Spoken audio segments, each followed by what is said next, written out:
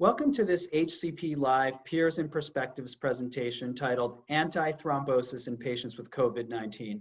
I'm Dr. Gregory Piazza from the Brigham and Women's Hospital in Boston, Massachusetts, and I'm joined by some close friends and excellent colleagues, Dr. Victor Tapson from Cedars-Sinai Medical Center in Los Angeles, California, and Dr. Alex Spyropoulos from Northwell Health in New York. And we're going to discuss the prophylaxis and management of thrombosis in patients dealing with COVID-19 infection. So again, welcome, and let's get at it. So why don't we dive right in? We have a number of fantastic discussion points and questions, and I know my co-faculty are itching to get at this. So here's the first question. I think it's great for Dr. Spyropoulos. Alex, what risk factors make a person more vulnerable to complications if they're to get infected with coronavirus? You know, Greg, that's the million-dollar question, isn't it? And that's been asked now in the few months of the pandemic.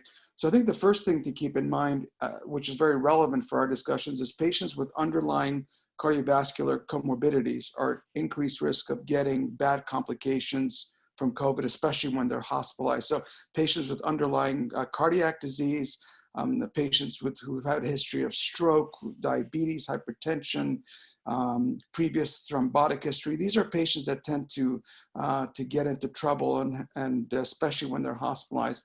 The other thing that I think we're realizing more and more is advanced age seems to be a fairly good predictor of bad outcomes. Our institution, Northwell, just published, I think, a very large database in JAMA just yesterday, suggesting that also seen in China and Italy and other places, that patients with advanced age are also at great risk of getting complications from COVID.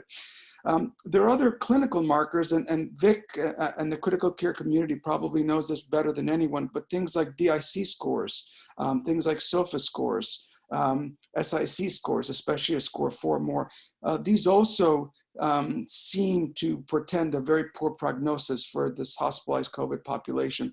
And lastly, there's certain key biomarkers that consistently, time and time again, show that patients with these elevated biomarkers are going to get into complications. And I think one of the most consistent ones is a very elevated D-dimer, especially when you're using cutoffs of 4 or even 6 times the upper limit of normal. These patients tend to have poor outcomes. And whether these outcomes are due to thrombotic events or due to events that include, a coagulopathic state, but also a highly inflammatory state with the cytokine storm that's well been described in COVID is not quite known at this point. But again, patients with very, very elevated D-dimers and maybe less so things like CRP troponins, these are also biomarkers that suggest poor outcomes. Exactly. And Vic, tell us a little bit more about some of the scores that you use on the front lines in the ICUs to determine patients who are more vulnerable. SOFA score, what goes into that? So we use scoring to some degree, and we use the parameters that Alex talked about. The SOFA score is sequential organ failure assessment, what SOFA stands for.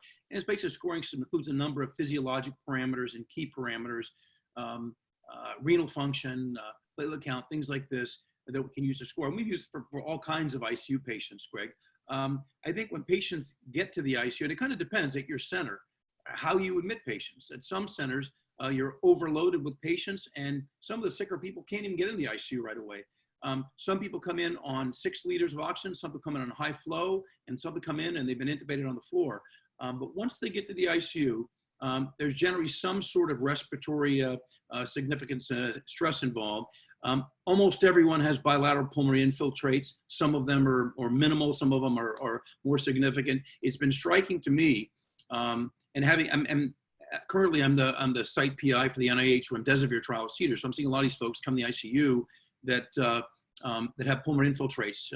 One of the criteria to get in the study is hypoxemia and infiltrates.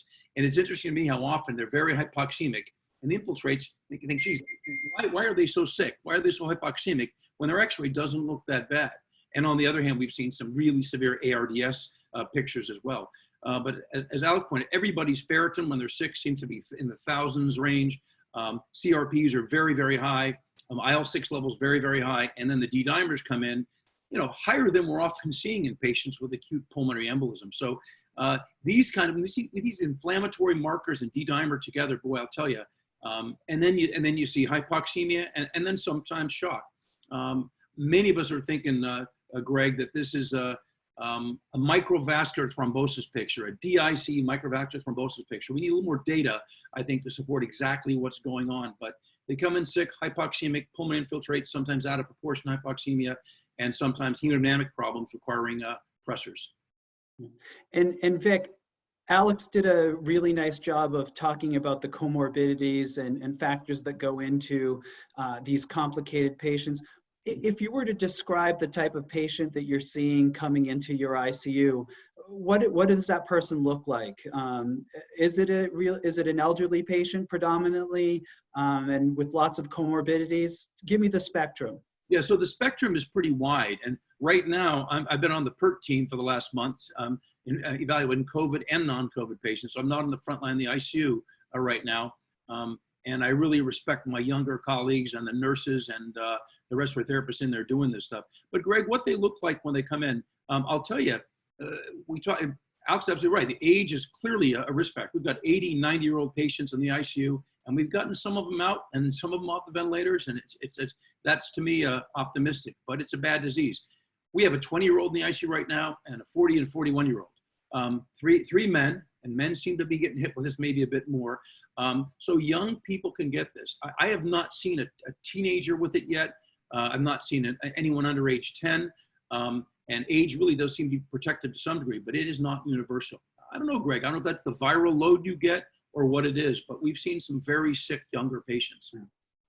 Yeah, certainly we're learning that none of us should feel too comfortable about our odds if we were to get COVID-19. There is no immortality bias here.